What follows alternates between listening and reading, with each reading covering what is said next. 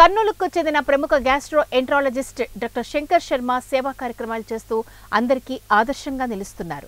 నగరంలోని రోజా వీధికి చెందిన వృద్ధ మహిళలకు చీరల పంపిణీ కార్యక్రమాన్ని డాక్టర్ శంకర్ శర్మ తన క్లినిక్లో నిర్వహించారు. ధనవంతులు పేదవారికి ఏదో విధంగా సహాయపడుతూ ఉండాలని ఆయన కోరారు.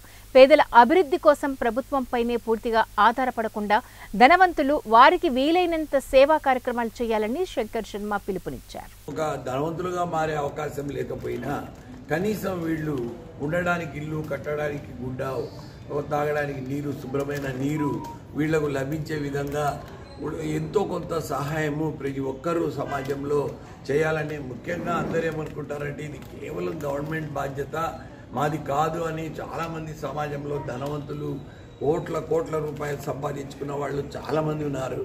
వాళ్ళు కూడా కనీసం ఇట్లా ప్రజల వైపు ఒకసారి చూసి, సపోజ్ ఈ ఊర్లో కర్నూలులో ఉండే 100 కోట్ల ఆస్తి పరులు ఎంతోమంది, ఒక 10,000 మందో ఎంతోమంది కూడా 2,000 మంది, 10,000 మంది, 20,000 మంది కూడా ఉంటారు.